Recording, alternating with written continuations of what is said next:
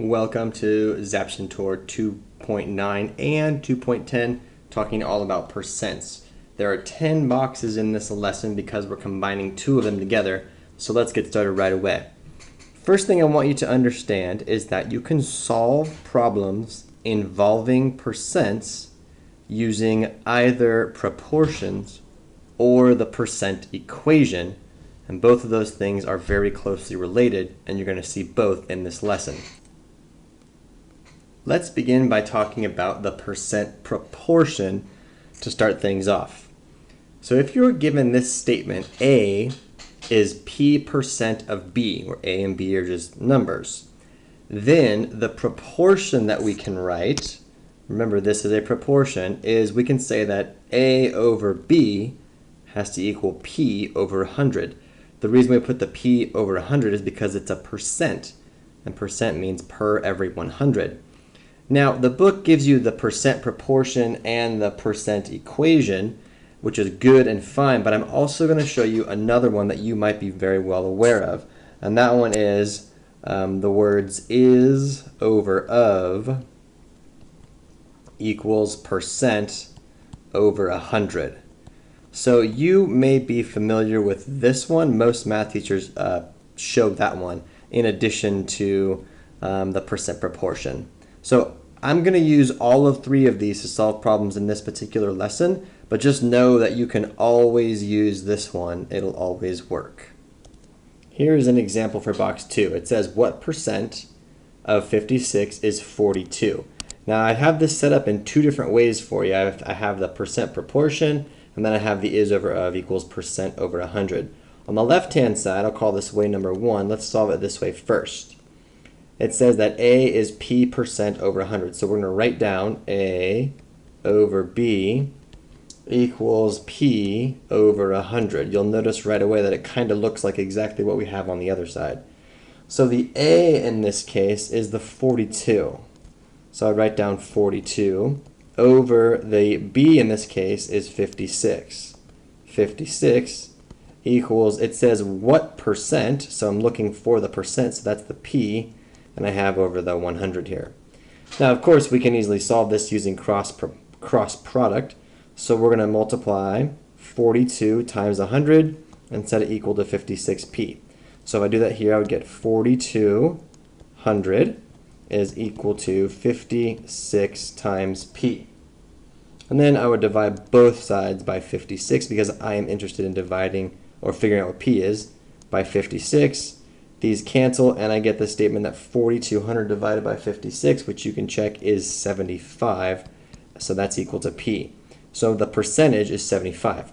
Now, had we done this problem the other way, it says what percent, so that's this thing, we're looking for that, of 56. Notice that the 56 just matches up with the word of, and is 42 matches up with the numerator. So if I set it up without knowing this way over here, I would, of course, just get 42 over 56 equals percent over 100, and I would solve and get the same answer. So whichever one you're comfortable with, that's the way that you should do it.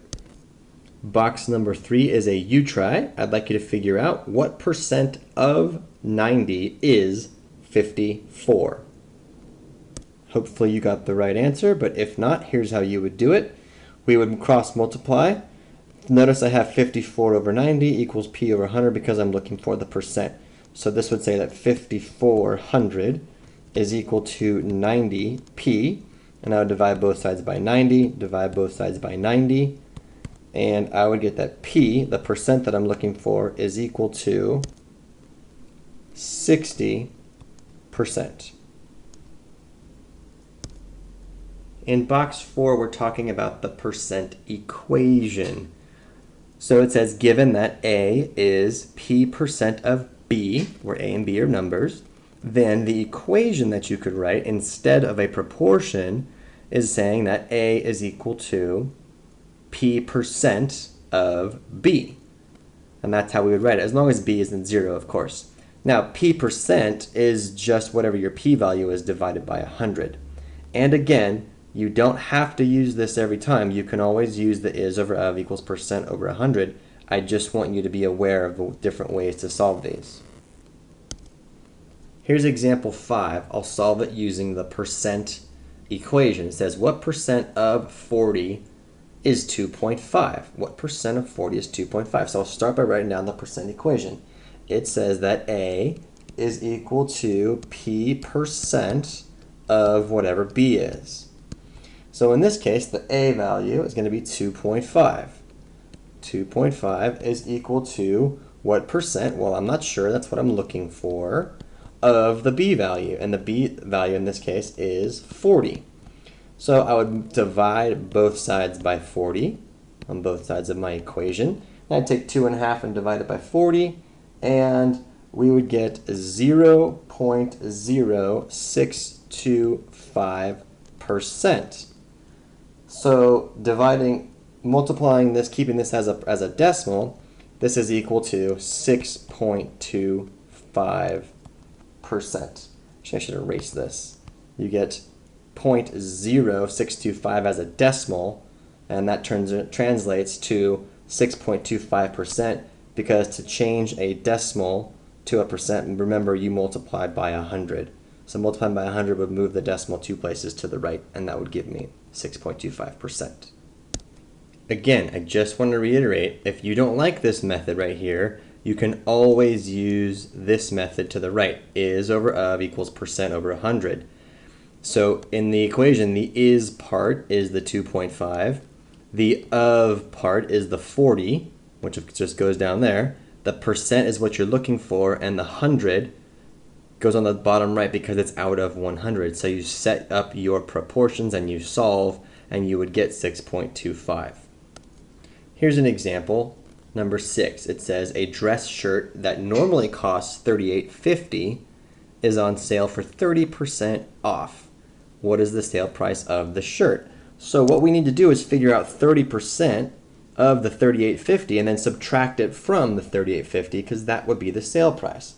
So I'll start by writing down the percent equation. So the thing I want is equal to the P percent of whatever B is, okay? So A, the number I'm looking for, is we want 30%, so we're going to take 30%, and we're going to multiply that by our B value, which is the $38.50. Okay, so keep moving along. 30% represented as a decimal would be 0.30, and I would multiply that by 38.50. So I'm taking 30% of the cost of the shirt, and that's a value of $11.55 when you use your calculator. Now that's not the answer to the question.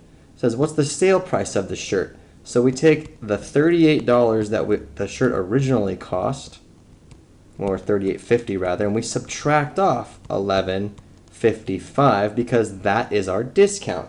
And that gives us an answer of $26.95, and that's how much the shirt would now cost. Box number 7 is a U-try. A family sells a car to a dealership for 60% less than they paid for it. They paid $9,000 for the car when they first bought it. Question is, for what price did they sell the car back to the dealership? Hopefully you got the right answer of $3,600, but if you didn't, here is how I do it, and I will show it to you one step at a time. I write down the percent equation. A equals percent of the value I'm looking for. So that's going to be 60% of the $9,000 that they paid for the car. So 60% of the $9,000 is $5,400. Okay, so then they sold it back to the dealership for 60% less than they paid for it. So they take the 9,000, subtract off the 54, and you get $3,600 that they sold the car back to the dealership for. Box number 8 is the simple interest formula. Let's start off with an example. Let's say you invest $50 at a simple interest rate of 3.5% per year for 3 years. What is the interest you would make on your investment? The interest you would make would be what? Okay, the formula that we're going to use is I equals PRT. I stands for your interest.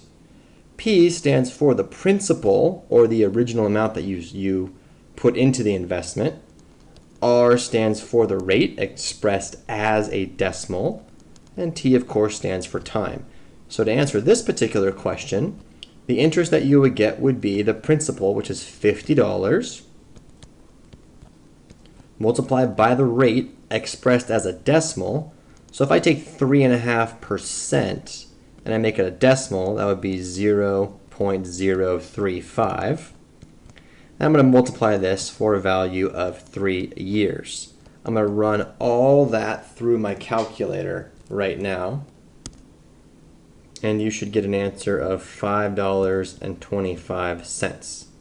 So what this means is, if you leave your money alone for 3.5% for simple interest for 3 years, you're going to end up with a grand total of, if I added this back to my original amount, $55.25. So I would make the interest of $5.25 for just doing nothing because of that 3.5% rate. Box number 9 is the percent change formula. Consider this. A coat is on sale. The original price of the coat is $82. The sale price on the sticker is $74.50. The question is, what is the discount expressed as a percentage? So how do we figure this out? Here's what you do. The percentage P is equal to a fraction. It's whatever the change is of the cost of the coat divided by the original cost of the coat. So for us, the change, it could go up or it could go down. The little triangle means delta. So that means a change in. So what we do is we take 82 and we subtract 74.50 because that's the difference in the change. And we divide it by the original amount, which is 82. So if you take 82 and subtract off 74.50, you get a change of $7.50. If you divide that by 82, which is the original amount of the coat, 82, you'll see that you get an answer of 0.0914, and then express that as a percentage, which is multiplied by 100, and you write your answer as a percentage of 9.14%. So it has been a 9.14% decrease because it is a discount. Box number 10 is a U-Try, last box of the lesson. A store buys an electric guitar for $295. The store then marks up the price of the guitar to $340 so that it can make a profit. What is the markup expressed as a percent change? Hopefully you got the right answer, but if you did not, here is the solution and I'll walk you through it. We take the percent change and we divide it by the original amount. The percent, or the change, is the price that the guitar is selling for in the store, which is $340, minus the original price, which is $295, all divided by the original price of $295. Well, the difference is $45. The original price is $295. We divide, we get about 0.15, which means we have about a 15% markup.